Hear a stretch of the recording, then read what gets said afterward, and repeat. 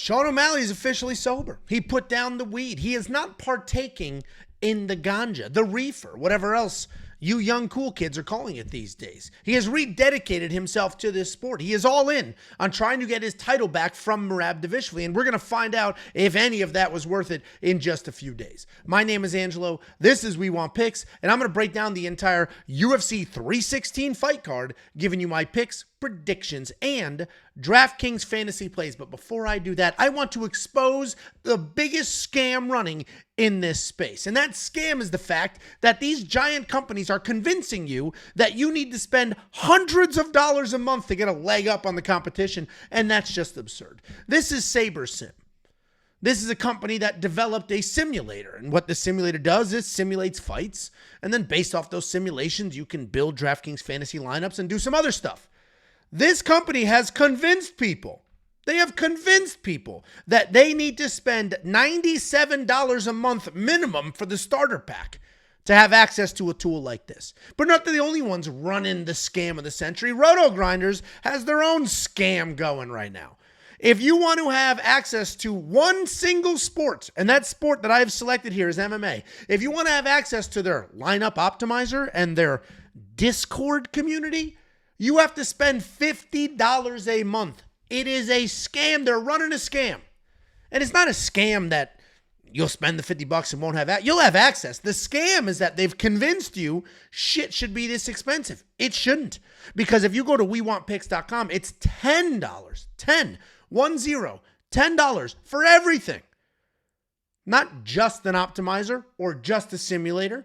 Everything, all the picks, all the bets, all the tools, everything. One package, $10. No upsells, no nonsense, no bullshit, no scams. WeWantPicks.com, and you'll have access for an entire month. Here's the optimizer. And not only is it a normal optimizer that does optimizer things, if you click this little slider, you unlock the beginner mode. The beginner mode is an industry first. It is a brand new industry first option.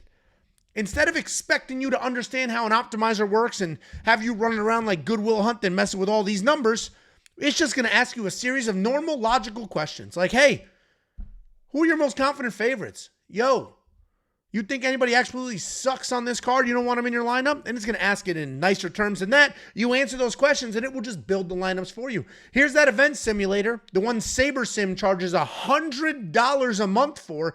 Here you go. We have all of the fighters, all the fights, all the round probabilities. I click Run Simulator. You're watching this real time. And in a couple of seconds, this will be done.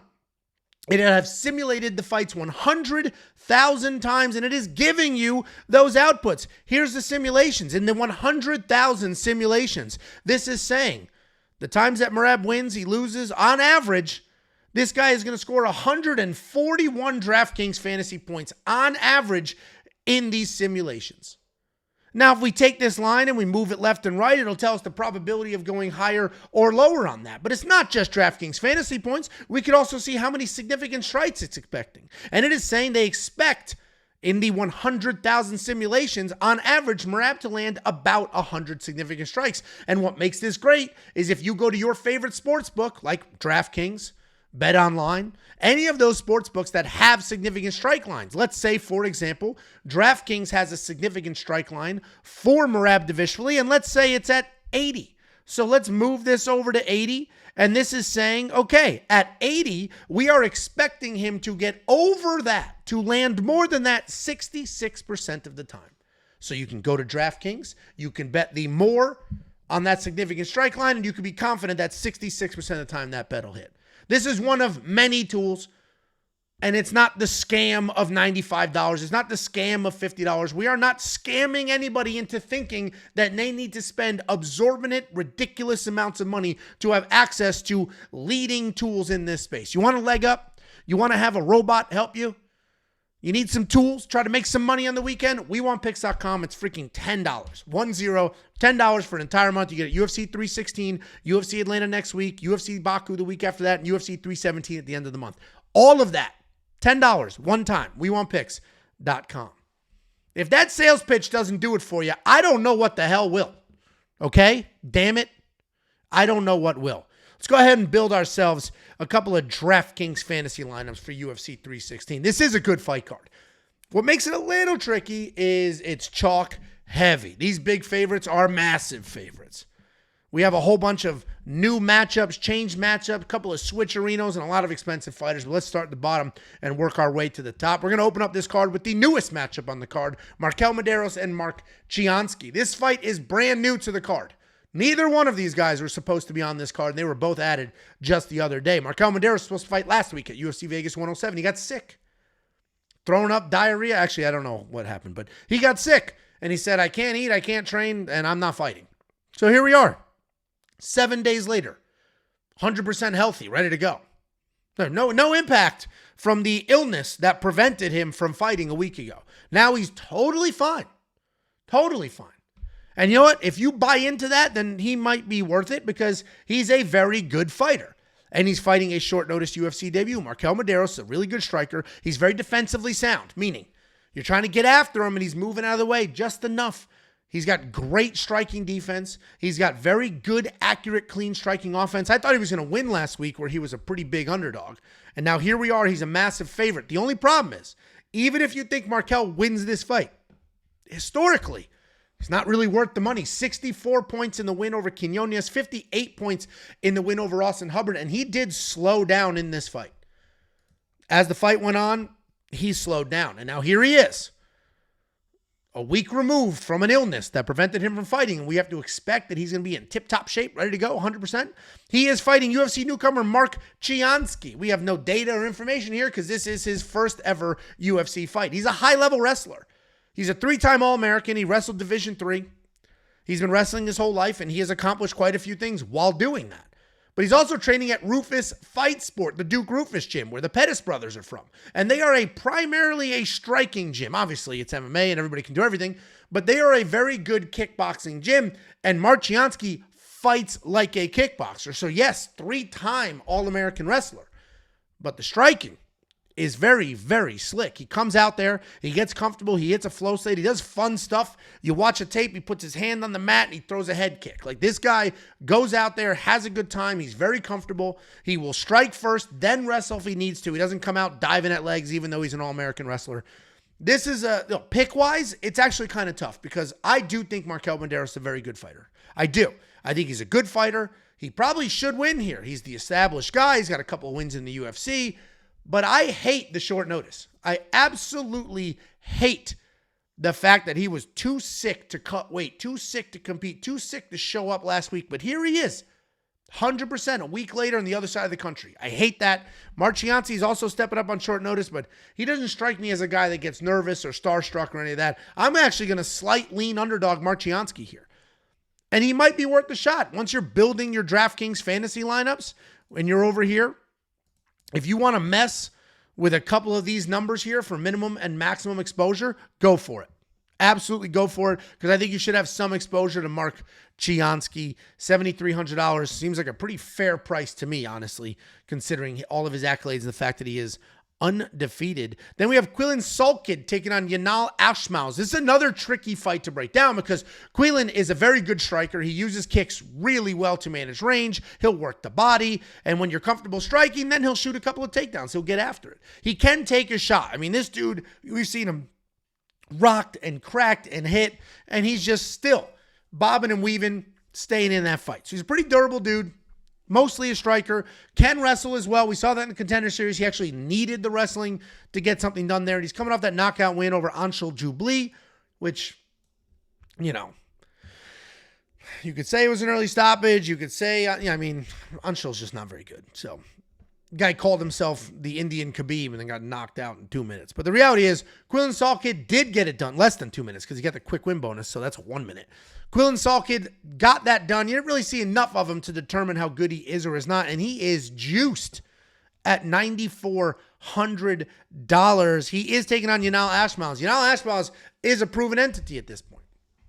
Showed up into the UFC. He's not the tallest guy in the world, but he's got very big power in his hands. He'll move forward. He'll bomb away. In his UFC debut, when he was a pretty big underdog, you can see here, $7,200. I picked him. Jacob picked him because we said Sam Patterson stands with his head high up in the air waiting to get knocked out, and Yanal's got knockout power. And that's exactly what happened. And Yanal does have knockout power in his hands. He also will shoot takedowns. He'll move forward.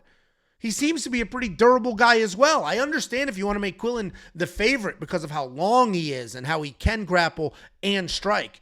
But to assume that this fight's going to end early and Quillan's going to get a finish seems a little outrageous to me. I think Yanal Ashmouz is going to make this competitive, and I think he'll get a few takedowns. He'll grind up. He'll get the clock going. So I'm going to pick Quillan here, but I'm not spending that money. I do not think he's worth all of that. I don't think he's worth the price. I don't think Quillan is going to be putting up 100-plus points like he did in his last fight. I think the reality is Yanal Ashmouz will make this competitive, and Quillan is going to be the pick, but I'm going to leave him out of my DraftKings fantasy lineups. Then we have Ju Sang Yu taking on Jeka Saragih. I'm going to keep this quick.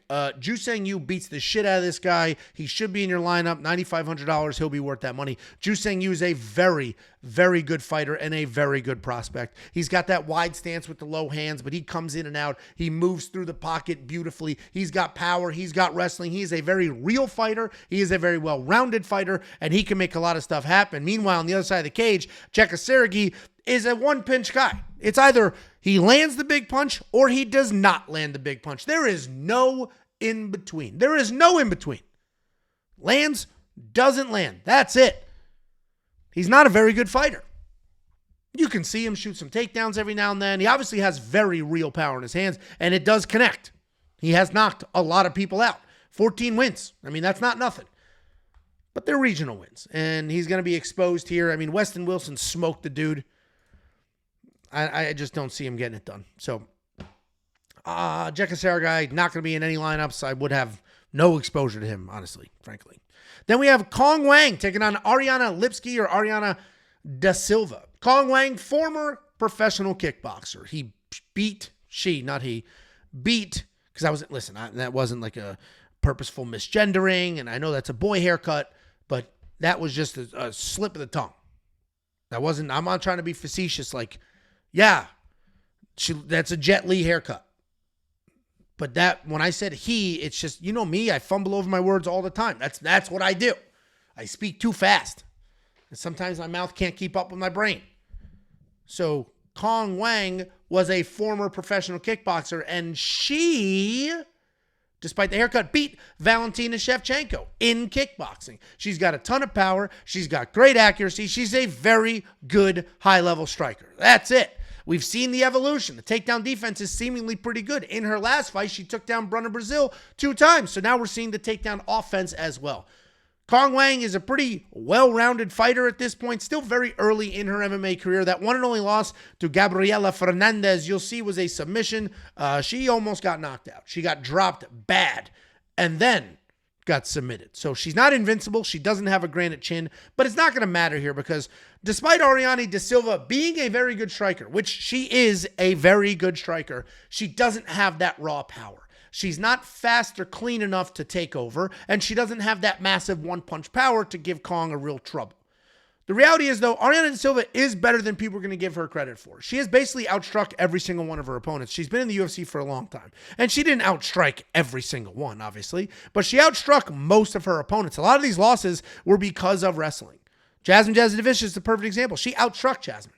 Landed more, landed cleaner, was quite literally the better striker, but just could not stop the takedown. So I do think Ariane is going to be a little more competitive than people think, but ultimately I think the power from Cong and the full-blown striking cadence without having to worry about power coming her way is going to be the difference. I think Cong gets it done. If you think Cong is going to finish Ariane, which is possible, she has been finished before, then spend the money. But if you think it's a typical lady over, then obviously do not spend the money because there's some other fighters here that I do think will find a finish. Then we have Khaos Williams in a short notice matchup with Andreas Gustafsson. Khaos was already on this card. He shuffled through 3 different opponents, and now here we are, hopefully ready to go. He's taking on Andreas Gustafsson, who's going to come forward and get in his face, but we'll talk about Khaos here. Khaos is a very powerful fighter. People love to talk about that very real power. We saw it in the Harris win. We saw it in the Baeza win. And at this point in time, when he knocked out Miguel Baeza in 2021, Baeza had never so much as been walked down, wobbled, nothing. And then Khaos Williams, bang, boom, pow, to the moon. Khaos Williams will get his low leg kicks going, chop him up a little bit, slow you down, and then headhunt.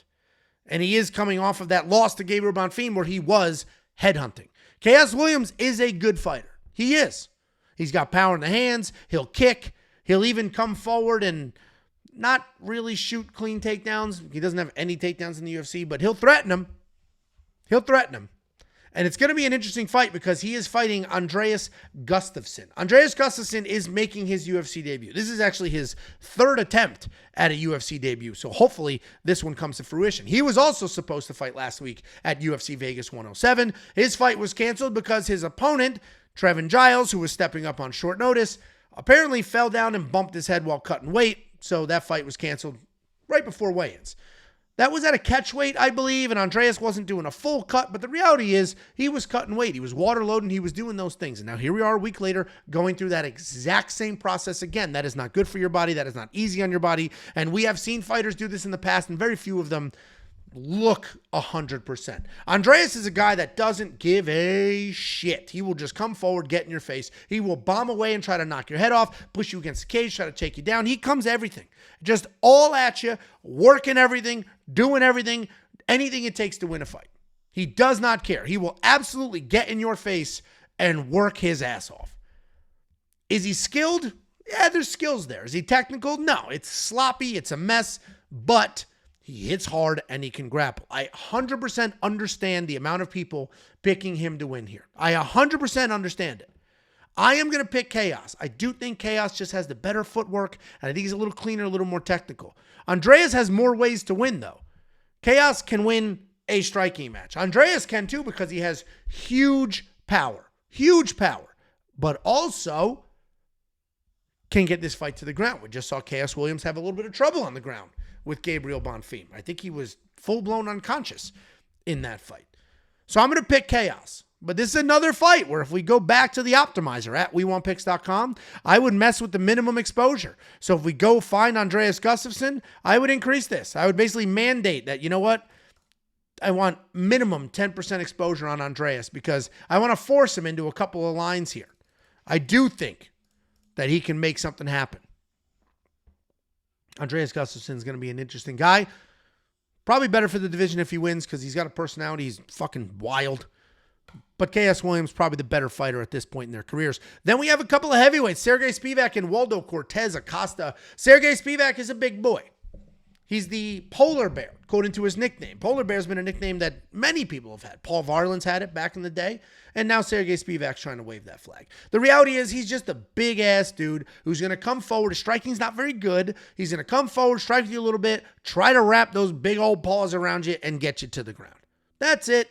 He's not going to shoot beautiful doubles up the middle. He's trying to pull you against the cage and drag you to the ground. He's not fast. He's not strong, but he is big.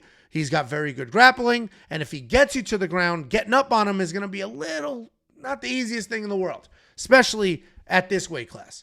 So Serghei Spivac has a very straightforward, simple game plan. And if Waldo Cortes-Acosta can't stay on his bicycle and stay out of trouble, he's going to have a lot of problems. And that's what Waldo needs to do. Waldo is a giant athletic dude. And I can't really put him in one single category because we've seen him out-grapple. Like when he beat Olympian Robelis to Spain, he had 3 takedowns. We've seen him out-strike people, like basically everybody before. He just knocked out Ryan Spann in the second round where it was clear that Waldo is big, he's strong, he's athletic, and he's fast. And I think those attributes win him this fight. I think literally just being strong and fast and athletic will be enough here. Because I don't think Serghei Spivac is particularly quick. I don't think he's slick. He's just going to lumber forward, try to drag Waldo to the ground. And as long as Waldo, in the big cage, mind you, gets his footwork going, pumps that jab and stays fast, he should be able to avoid getting dragged to the ground at least 2 out of the 3 rounds. So Waldo is going to be my pick. $7,900. It's a tricky number because he's not going to shoot takedowns. Okay, so we're not going to get a Robelis to Spain 100 points out of him. He might finish. We watched Cyril Gane finish Serghei Spivac, so he might finish Serghei Spivac if he's landing big, landing clean on the feet. But we also might get one of these awful decisions, like when he beat Andrei Arlovski and only scored 50 points. So he's a guy that he is a dog. There is a 7 in front of his salary. I'm picking him to win outright. I will probably have a lineup or two with him in it because there is the upside for a finish, given how hard he is and how athletic he is. And we watched Serghei Spivac get finished by people he couldn't take down in the past.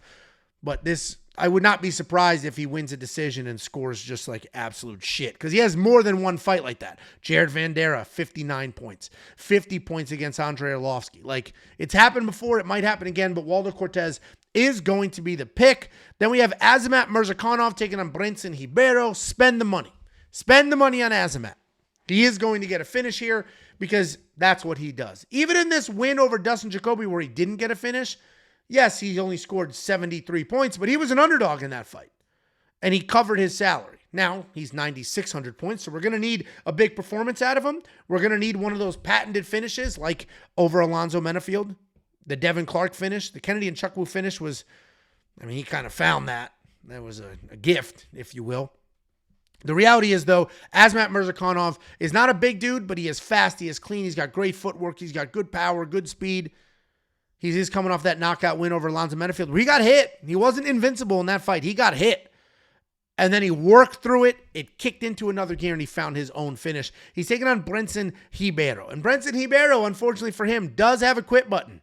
We have seen him quit in the past. Check on the regional scene. Ming Yang obviously smoked him. Brendson Ribeiro can be knocked out. He's a big dude. He's an offensive striker, meaning he'll get in your face. He gets hit, though. He gets hit a lot. He's very hittable. His takedown offense is okay. The takedown defense is absolutely horrendous. He is coming off this fraud check win over DR Nurgazai, where he was a big underdog. You can see here, $7,300. But he ended up finding that submission off his back with that weird key lock. But he was doing pretty well in that fight. And the reality is that this guy, DR, is not who we thought he was. Brendson Ribeiro has some skills. He's a big dude. He's athletic. I just don't think it's going to matter here. I think Azamat Murzakanov is going to be so fast, so clean, and so powerful that he's going to get the win. I think it's a pretty straightforward win. I think he finds a finish and scores pretty well in that fight. Then we have the featured prelim of the evening. Joshua Van taking on Bruno Silva. Josh Van at $9,300. I'm probably not going to spend that money because while I do think he's going to win this fight, and he has scored pretty well in the past, even in decision wins like over Cody Durden, over Edgar Chairez. I mean, maybe I'm going to convince myself to put him in my lineup at $9,300. The reality is it might look like this Rai Tsura fight at 69 points. Joshua Van is a guy that's very well-rounded. He's only 23, 24 years old. He's improving at a rapid pace. He's got very good striking, very good takedown defense, incredible composure. So if you get on him and things start to get a little crazy, he stays composed. He doesn't panic. He gets his hand going. Joshua Van is very good. He's not the most dangerous guy in the world, though. Obviously, we saw the finish over Bunes, but Bunes is no longer in the UFC. But we did see him get finished by Charles Johnson. And that was in the third round of a fight that he was winning. He got caught and he got put out. I believe he got rocked as well in the Edgar Chairez fight. So all of a sudden, Josh Van, is that chin what we think it is what it should be? And we're going to find out because Bruno Silva is going to test it. That is how Bruno Silva fights. The guy moves forward, gets in your face, he tries to knock you out, he tries to submit you, and he can do all of those things. He can finish a fighter anywhere. He can knock people out, he can submit people, he can do whatever he wants to do whenever he wants to do it. He's not the most technical guy in the world, but he is very tough, and he will absolutely get after it. Bruno Silva will test Josh's chin, and we will find out where Josh is in that trajectory and that evolution of his career. I do think Joshua Van wins this fight, but Bruno Silva is the type of guy that, here we go. $7,900 against Cody Durden, boom, big knockout win. $7,900 against JP Bays, boom, big knockout win. So Bruno Silva is a guy that's defied the odds before. He might do it again. I'm going to go ahead and pick Josh Van. Work our way to the main card. We have Kevin Holland and Vicente Luque. Here's the thing, guys. I love Kevin Holland. I think he's fun. I think he's entertaining. I love that he fights every couple of weeks. But he doesn't give a shit. We care more about his career than he does. He does not care about his career. How many times have we seen him showed up unprepared? Just out there doing whatever. He has not improved his takedown defense. It's been years. It was, years ago. Which fight? Let's see. Which one of these? Was it maybe, I mean, Chimaev is Chimaev. What is it? Around the Marvin Vettori fight, I think, in 2021, 4 years ago, more than, when the commentating team was just spending the whole time being like, Jesus Christ, his takedown defense is bad. My God, when is this guy going to deuce? Holy shit, he can't stay up. He can't make something happen. This is pathetic. And the reality is, they're not wrong. And that was 2 fights in a row, and he hasn't improved. And the only reason I'm going on and on about this is because if he hasn't worked on his takedown defense, he doesn't care about his career. Kevin Holland is a fast, accurate striker. Kevin Holland has very good jiu-jitsu. But when you don't have good takedown defense, you can't control where that fight goes or doesn't go. And the reason I'm mentioning all that is because, yes, he did just beat Gunnar Nelson, but Gunnar Nelson's also not very serious about his career. He shows up once every year, once every 2 years, fights on a European card, gets paid, goes home. The reason I'm mentioning all that is because Vicente Luque is not that guy. Vicente Luque does take his career very seriously. He's been fighting at an incredibly high level for a very long time. He knocked out Temba Garimbo recently. Not a very high-level fighter, but a guy that was surging, doing pretty well. And Vicente didn't give a shit, came at him, dropped him bad, and then subbed him. He loses to Joaquin Buckley. He looked a little out of sorts, but okay, that's a quality loss. Joaquin Buckley is doing great things right now, probably wins next weekend. He beats Rafael Dos Anjos. This win here, with the 8 takedowns and the 12 minutes of control. This win here is what I think this fight with Kevin Holland can look like. Vicente Luque's got power in his hands. Vicente Luque can wrestle. Vicente Luque's got good jiu-jitsu. And as long as Vicente Luque's chin is where it's supposed to be, I think he gets the takedowns. Him, everybody else, Kevin Holland's mother, me, you, we all know how you can beat Kevin Holland. And Vicente Luque knows that. That's how he beat Rafael Dos Anjos, who is an actual wrestler. I think Vicente turns it on, becomes a Nurmagomedov, wins this fight the easy, clean way, and I will probably have a little bit of him in my lineup. I'm picking all these heavy favorites. $7,400 seems like money well spent. Then we have Patchy Mix and Mario Batista. Here's the reality of it. Patchy Mix, a pretty affordable guy, given his credentials. You may not know who he is, but I'll tell you, he's the former oh my God, here we go. Told you, sometimes I speak too fast. That wasn't about the Jet Li haircut. I just spoke too fast earlier, and I'm doing it again now. Let's slow down the pace. Patchy Mix is the former Bellator world champion, 3-time Bellator world champion. He won the tournament, then won the belt, defended it a couple of times. He's still technically the champion. He just asked for his release. He didn't lose his belt. He said, I want out. PFL bought us. They can't afford me. They don't let us fight. This is a joke. I want out of here. UFC went ahead and scooped him up. This is somewhat short notice. Mario Batista was originally supposed to fight Chito Vera. Didn't. Chito got hurt. Patchy Mix is stepping up. The way he fights is he's a grappler. He's got 20 wins.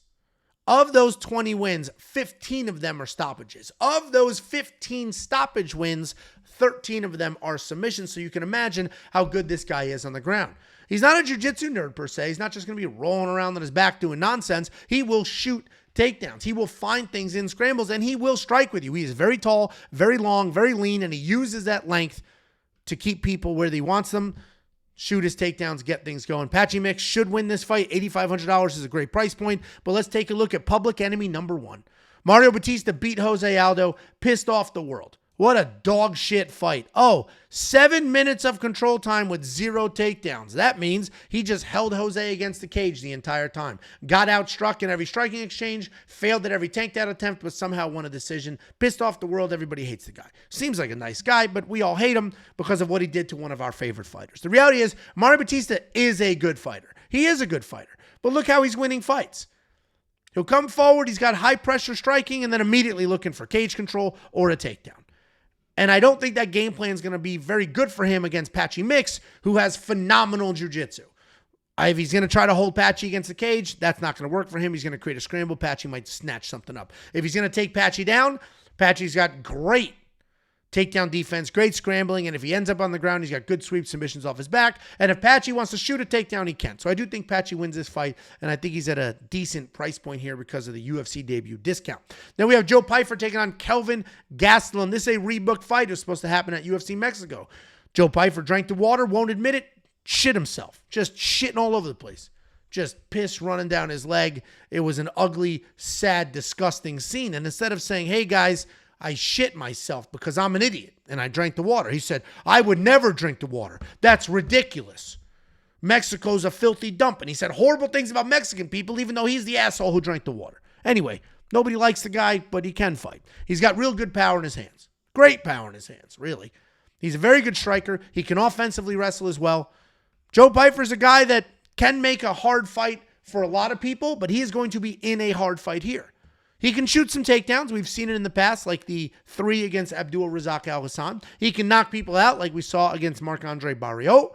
He could also get backed up and pressured and frozen in time like that loss against Jack Hermanson. I do think he's going to win here, though, but the question becomes how? Because he's not going to knock out Kelvin Gastelum. You can tell from this picture that Kelvin Gastelum's head is made out of what they make helmets out of. You can't knock this guy out. You can't knock him out. He is durable as all shit. Sure, Sean Brady submitted him, but who's knocking him out? Let's take a look. Hold on. He's been in the UFC for 2,000 years. Who knocked him out? Who knocked him out? We'll find one, and we won't, because it's never happened. I don't even think he's been dropped. Kelvin Gastelum is durable as shit, and the reason I'm going on this little tangent here is because Joe Pyfer is a heavy-handed striker. If he's going to try to wrestle Kelvin, he might have some success wrestling Kelvin. But Kelvin's also a Division I wrestler. Kelvin's a guy who doesn't take his career very seriously. Literally missed weight after filming a vlog called Missing Weight because he was just plowing tacos like a fat bum. But Kelvin Gastelum's a durable guy who can get after it, can be in a firefight. And the reality is, I think Joe Pyfer likely wins a decision because he's going to be the cleaner, better striker. But if Joe comes in here with 5 minutes of cardio, expecting to just knock out Kelvin, he's in for a rude awakening. I don't see Kelvin getting knocked out. This fight likely goes a distance. Therefore, I do not think Joe Pyfer is going to be worth the money because I think we end up with a striking decision without knockdowns or a finish. Then we have the co-main event, Juliana Pena taking on Kayla Harrison. Here's another, these expensive fighters are very expensive for a reason. Juliana Pena is not very good. She's not very good.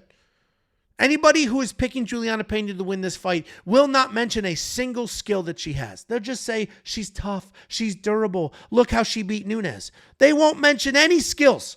They won't mention a skill. Oh, she's got great submissions. Oh, her striking. They're not going to mention any of that because it's not there. Juliana Pena is tough. She's just going to blitz forward and throw as many strikes as possible. If she's on the ground, she's squeezing things, rolling for stuff.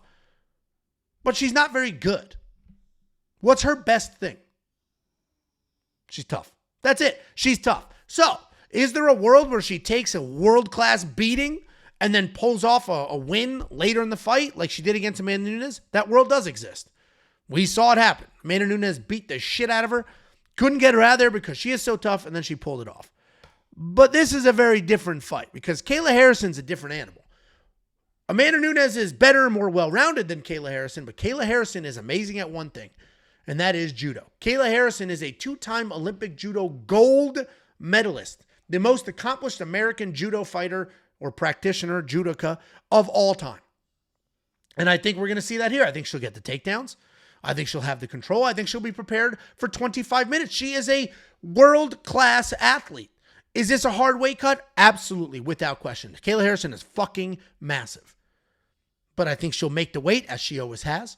I think she will put on a show, as she always has. And I think she's totally fine to fight for 25 minutes. I think she's going to control her pace early.